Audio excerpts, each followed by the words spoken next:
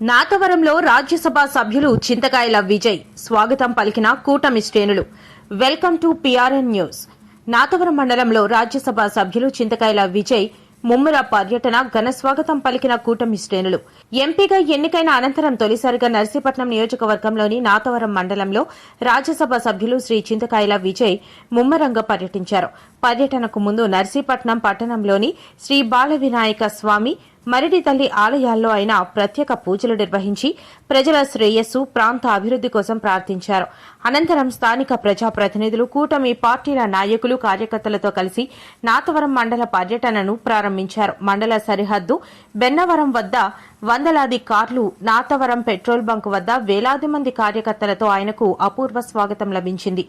అక్కడి నుంచి సైకిల్ ర్యాలీగా వెళ్లి అంబేద్కర్, ఎన్టీఆర్ విగ్రహాలకు పూలమాలలు వేసి ఘనంగా నివాళులర్పించారు. అనంతరం ప్రభుత్వ పాఠశాలలో వాలీబాల్ పోటీలను ఎంపీ విజయ్ స్వయంగా మొదటి బంతి ఆడి ప్రారంభించారు.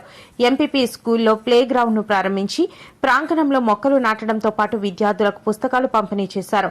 గడప గడపకు కార్యక్రమంలో భాగంగా బీసీ కాలనీలోని ప్రతి ఇంటికి వెళ్లి ప్రజల సమస్యలను అడిగి తెలుసుకున్నారు. గత 2 ఏళ్ల కాలంలో ప్రభుత్వం అమలు చేసిన సంక్షేమ పథకాలను, చేపట్టిన అభివృద్ది కార్యక్రమాలను ఈ సందర్భంగా ఆయన ప్రజలకు వివరించారు. అనంతరం ఏర్పాటు చేసిన బహిరంగ సభలో ఎంపీ విజయ్ మాట్లాడుతూ నాతవరం ప్రజల ఆప్యాయత, ఆశీర్వాదాలు మరవలేనివన్నారు. ముఖ్యమంత్రి నారా చంద్రబాబు నాయుడు, విద్యాశాఖ మంత్రి నారా లోకేష్ ఆశీస్సులతో సొంత గడ్డపై అడుగు పెట్టడం ఎంతో గర్వకారణంగా ఉందన్నారు. ముఖ్యంగా మంత్రి నారా లోకేష్ గురించి ప్రస్తావిస్తూ యువగలం పేరుతో సుమారు 4000 కిలోమీటర్ల మేర పాదయాత్ర చేసి పేదలు, మహిళలు, యువత కష్టాలను స్వయంగా తెలుసుకున్న ఏకైక దమ్మున్న నాయకుడు లోకేష్ అని కొనియాడారు. తెలుగుదేశం పార్టీ మొదటి నుంచి మహిళల పక్షపాతి అని, ఎన్టీఆర్ హయాం నుంచే మహిళలకు పెద్దపీట వేశారని ఎంపీ విజయ్ గుర్తు చేశారు. ప్రస్తుత కూటమి ప్రభుత్వంలో ఉచిత బస్సు ప్రయాణం పథకానికి మహిళల నుంచి విశేష స్పందన వస్తోందని సంతోషం వ్యక్తం చేశారు. కేవలం 2 ఏళ్ల వ్యవధిలోని నియోజకవర్గంలో సుమారు 532 కోట్ల రూపాయలతో అభివృద్ది పనులు, 568 కోట్ల రూపాయలతో సంక్షేమ కార్యక్రమాలు కలిపి దాదాపు 1100 కోట్ల రూపాయలు ప్రజల కోసం వెచ్చించామని, 1896 పనులు పూర్తి చేశామని వివరించారు. రానున్న రోజుల్లో నాతవరం మండలంతో పాటు నర్సీపట్నం నియోజకవర్గ అభివృద్దికి తాను, తన సోదరుడు రాజేష్ నిరంతరం కృషి చేస్తామని హామీ ఇచ్చారు. ఈ అపూర్వ విజయానికి సహకరించి పర్యటనను విజయవంతం చేసిన జనసేన, బీజేపీ నాయకులకు, కార్యకర్తలకు ఆయన ప్రత్యేక కృతజ్ఞతలు తెలిపారు. వేలాది మంది ప్రజలు, కార్యకర్తలు పాల్గొన్న ఈ కార్యక్రమం అత్యంత ఉత్సాహభరితంగా సాగింది. నాకు ఆశీర్వదించాక తర్వాత ఇంత ఆశీర్వాదం నా సొంత ఊర్లోని ఈ రోజు ఇక్కడ పుట్టిన గడ్డ మీద వచ్చినందుకు ఎంతో ఆనందంగా ఉంది. మీ అందరికీ కూడా శిరసు వంచి నా హృదయపూర్వక కృతజ్ఞతలు, నమస్కారాలు తెలుపుకుంటున్నానండి. ఎందుకంటే ఎంత దేశం మొత్తం తిరిగినా, ఢిల్లీలో పార్లమెంట్ లో మొన్నే ప్రమాణ స్వీకారం చేసి వచ్చిన వైస్ ప్రెసిడెంట్ గారు మన ఉప రాష్ట్రపతి ముందు నాకు ప్రమాణ స్వీకారం చేసిన అవకాశం ఇచ్చిన, నా సొంత గడ్డ మీద కాళ్ళు పెట్టినప్పుడు ఆ ఆనందమే వేరుంటది. మీ ఆశీర్వాదమే కొండ ఎత్తున ధైర్యాన్ని ఇస్తాదని చెప్పి ఈ సందర్భంగా చెప్పదలుచుకున్నాను. ఈ రోజు ఈ నర్సీపట్నం నియోజకవర్గంలో పుట్టినందుకు చాలా గర్వంగా నేను భావిస్తాను. ఎందుకంటే మేము ఎక్కడ చదువుకున్నా, అమెరికాలో చదువుకున్నా, పూణేలో చదివినా, ఎక్కడ చదివినా కానీ మేము ఇక్కడికి వచ్చినప్పుడు నా సొంత వ్యక్తులు, ఎందుకంటే మా తాతయ్య గారు లచ్చాపాత్రి గారు, తర్వాత వరహాలదొర గారు, వాళ్ళందరూ కూడా రాజకీయ కుటుంబం నుంచి వచ్చిన వాళ్ళే. ఎంతో సేవ చేశారు. ఏ రోజు కూడా ఒక్క మచ్చ అనేది లేకుండా, ఒక అవినీతి మచ్చ అనేది లేకుండా రాజకీయంగా ముందుకెళ్ళడం ఇన్ని సంవత్సరాల్లో మీరెక్కడా కూడా ఒక కుటుంబాన్ని అలా చూడరు. దాని తర్వాత మనం చూస్తే అయ్యన్న పాత్ర గారు 40 సంవత్సరాలు వచ్చి రాజకీయాల్లో ఉండి ఇన్ని పదవులు చేసే కూడా అయ్యన్న పాత్ర గారు దమ్మున్న నాయకుడు రా అని చెప్పి రాష్ట్రం మొత్తం అనుకుంటారంటే ఆయన ఎంత నిబద్ధతతో, ఎంత నిజాయితీతో, ఎంత ఉన్నత స్థానాలతో, ఎంత మోరల్ వాల్యూస్ తోటి ఈ రోజు నర్సీపట్నం నియోజకవర్గం గురించి ముందుకు తీసుకెళ్లిన దమ్మున్న నాయకుడు అయ్యన్న పాత్ర గారు. అలాంటి వ్యక్తికి కొడుకుగా పుట్టడం నా ఏ జన్మలో చేసుకున్న అదృష్టం అని చెప్పి ఈ సందర్భంగా మీకు సవినీయంగా మనం చేసుకుంటున్నాను. ఈ రోజు ఎందుకంటే నేను మాట అంటున్నాను, ఆయనకి కొడుకుగా పుట్టడం వల్ల నేను ఈ రోజు సేవ చేసే అవకాశం నాకు దక్కింది. ఈ రోజు ఈ ప్రాంతంలో 2008 నుంచి కూడా ఎన్ని ఎలక్షన్లు ఉన్నా కానీ, ఎన్ని కష్టాలున్నా కానీ, ఎప్పటికైనా ఏదన్నా జరుగుతున్నా కానీ ఎక్కడికైనా రమ్మంటే వచ్చి నేను కూడా ఇన్వాల్వ్ అవుతుండేవాడిని. ఆ రోజు ప్రతి రోజు చూస్తున్నారు. కానీ ఈ రోజు మీ ఆప్యాయత చూస్తుంటే ఇంకా ఏం చేసినా కూడా అవసరం లేదు. ఎందుకంటే ప్రతి ఒక్కరు మనస్ఫూర్తిగా నా ఇంట్లో బిడ్డకి ఈ పదవి వచ్చిందని చెప్పి మీ అందరూ ఆలోచించడం అనేది ఎంతో సంతోషంగా భావిస్తున్నాను. ఎందుకంటే ఇది భోజన సమయం అయినా కూడా మీరందరూ కూడా వేచి ఉండి మాటలు వినాలి, ఆశీర్వదించాలి. పెద్ద మనసుతో వచ్చినందుకు అందరికీ పేరు పేరున శిరస వంచి నా హృదయపూర్వక కృతజ్ఞతలు నమస్కారాలు తెలుపుకుంటున్నాను. ఈ రోజు నేను ఈ పదవిలో ఉన్నానన్నా, రాజ్యసభ సభ్యుడిగా నేను ఈ రోజు ఢిల్లీలో పార్లమెంట్ లో నేను ప్రమాణ స్వీకారం చేశానన్నా, దానికి కారణం ఒకే ఒక వ్యక్తి, నారా చంద్రబాబు నాయుడు గారు అని చెప్పి ఈ సందర్భంగా సవినయంగా మనం చేసుకుంటున్నాం. మీకు ఒకటి చెప్పాలి, ఈ రాష్ట్ర చరిత్రలో కానీ దేశ చరిత్రలో కాదు, ఈ రాష్ట్ర చరిత్రలో తెలుగు జాతిలో ఇంత చిన్న వయసులోనే మనకి ఉత్తరాంధ్రలో రాజ్యసభ్యుడిగా నన్ను కూర్చోబెట్టడం ఇదే మొదటిసారి చరిత్రలో చెప్తుంటే ఎంత గర్వంగా అనిపిస్తుంది అంటే అంత గర్వంగా అనిపిస్తుంది. ఈ రోజు ఎందుకు పదవి వచ్చింది, ఎందుకు ఇది ఇచ్చారు అని అంటే, ఎన్ని కష్టాలు పెట్టినా, ఎన్ని ఒత్తిళ్లు పెట్టినా, ఎన్ని సార్లు అరెస్ట్ చేయాలని ప్రయత్నించినా ఏ మాత్రం కూడా అవినీతి చేయలేదు కాబట్టి ఎవడన్నా మా ముందుకు వచ్చి వేలెత్తి చూపెట్టడానికి భయపడేవారు. అందుకనే రాష్ట్ర 5 ఏళ్ళు ఎంత కష్టపడ్డామో, కార్యకర్తలు ఎంత కష్టపడ్డారో, ఇంట్లో ఏ కష్టం వచ్చినా కూడా కార్యకర్తలు మా ఇంటి పక్కన చిన్న చిన్న తుప్పల్లో పాములు ఉంటాయని కూడా తెలుసు వాళ్ళందరికీ. అయినా కూడా తుప్పల్లో నుంచి వచ్చి అమ్మ మేము ఉన్నాము, మీరు భయపడకండి అని చెప్పి మా అమ్మకి ధైర్యాన్ని ఇచ్చేవారే. ప్రతి ఒక్క కార్యకర్తకు కూడా నేను హృదయపూర్వక కృతజ్ఞతలు తెలుపుకుంటున్నాను. తెలుగుదేశం పార్టీ కార్యకర్తలు నా కుటుంబ సభ్యులు ఎక్కడున్నా కానీ, ఢిల్లీ గట్టు మీద ఉన్నా కానీ, ఈ రోజు కార్యకర్తకి కష్టం వచ్చిందంటే నిలబడి వాళ్ళ భుజ స్కంధాల మీద చేసి ముందుకు నడిపించే అవకాశం ఈ రోజు కల్పించిన నారా చంద్రబాబు నాయుడు గారికి హృదయపూర్వక కృతజ్ఞతలు తెలుపుకుంటున్నాను. ఈ రోజు చెప్తున్నాను, నారా చంద్రబాబు నాయుడు గారు అంత తనయుడు నారా లోకేష్ గారు. నారా లోకేష్ గారు కావాలస్తే వాళ్ళ నాన్నగారు ముఖ్యమంత్రి చేశారు, వాళ్ళ తాతగారు ముఖ్యమంత్రి చేశారు. అయినా కానీ 3900 కిలోమీటర్ల పైన, ఈ రోజు 4000 కిలోమీటర్ల దాకా రాష్ట్రం అంతా నడిచి మన మహిళల కష్టాలు తెలుసుకొని, పేదవాళ్ళ కష్టాలు తెలుసుకొని, యువకుల కష్టాలు తెలుసుకొని, యువకులం అనే పేరుతోటి వాడ వాడ ఊరు ఊరు ఇంటింటా తిరిగి మన కోసం ఈ రోజు ఎడ్యుకేషన్ మినిస్టర్ గా ప్రమాణ స్వీకారం చేసిన తర్వాత ఈ రోజు ఒక ఇంటికి వెళ్ళాను, కాలనీలోని తల్లికి వందనం అమ్మొచ్చింది.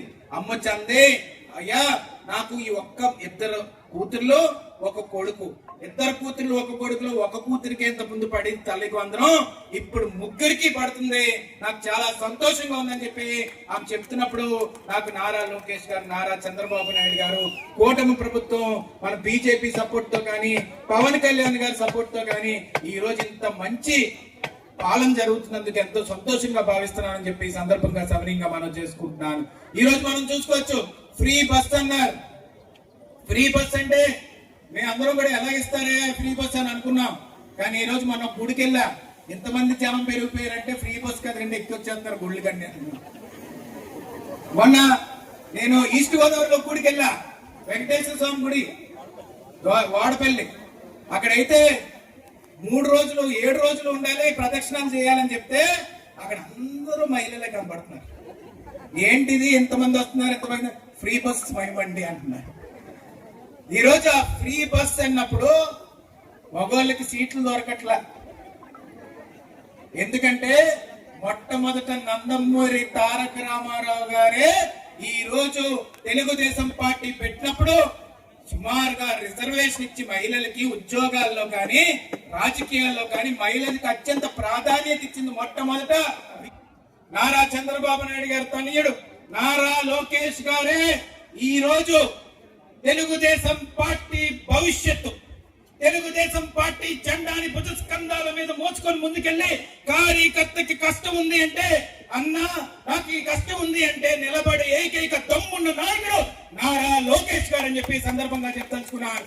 1000 కిలోమీటర్లు నడిచారు. వాళ్ళ అమ్మగారిని దూషిస్తే, మా అమ్మనే కాదు ఏ ఆడవాళ్ళని కూడా దూషిస్తే ముందుకొచ్చి మక్కలు ఎరగదొంతానని చెప్పి ముందుకొచ్చి ఈ రోజు ఆడవాళ్ళు జోలికి రాకూడదని చెప్పి, ఎవరన్నా కానీ ఆడవాళ్ళు జోలికి వెళ్తే భయపడే విధంగా ఈ రోజు రాజకీయాన్ని ముందుకు తీసుకెళ్లి లా ప్రకారంగానే వాళ్ళని శిక్షించే విధంగా ముందుకు తీసుకెళ్తున్న ఏకైక దమ్మున్న నాయకుడు నారా లోకేష్ గారు. కార్యకర్తలకు భవిష్యత్తు నారా లోకేష్ గారు, తెలుగుదేశం పార్టీకి భవిష్యత్తు నారా లోకేష్ గారు.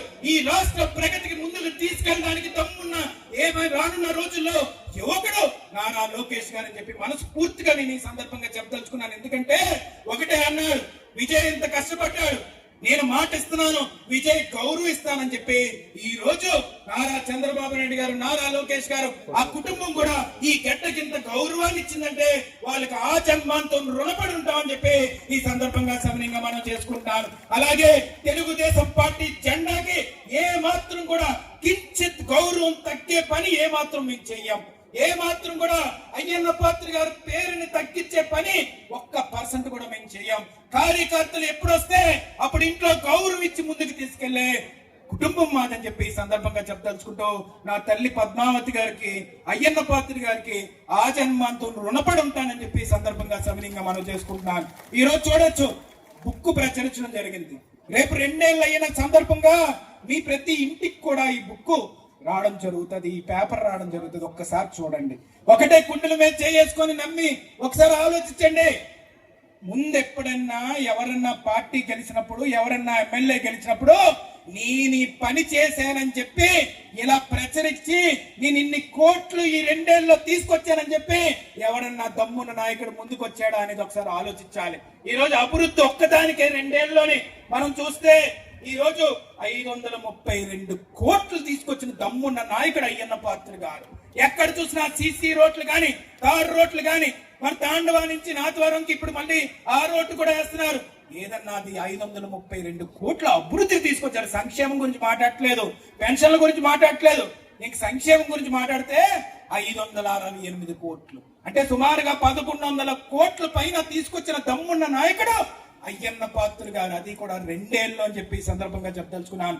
సుమారుగా 1896 పనులు చేశారండి. 1, 2 కాదు, 1896 పనులు. అందుకే ఈ రోజు చెప్తున్నాను, రానున్న రోజుల్లో కూటమి ప్రభుత్వంలో ఏదన్నా న్యాయం జరుగుతుంది మహిళల కంటే అది తెలుగుదేశం పార్టీ, జనసేన, బీజేపీ కలిస్తేనే జరుగుతుందని చెప్పి ఈ సందర్భంగా మీ అందరికీ సవినీయంగా మనం చేసుకుంటూ, ఇంత మధ్యాహ్నం వేళ మీ అందరూ వచ్చారు, ఇంత ఓపిక ఉన్నారు. నేను ఎక్కువ మాట్లాడదలుచుకోలేదు. నేను ఒకటే చెప్పదలుచుకుంది ఏంటంటే, ఇక్కడ స్కూల్కి వెళ్ళినప్పుడు కొంతమంది దాతలు వచ్చి స్కూల్ పిల్లల గురించి ఆలోచించారు.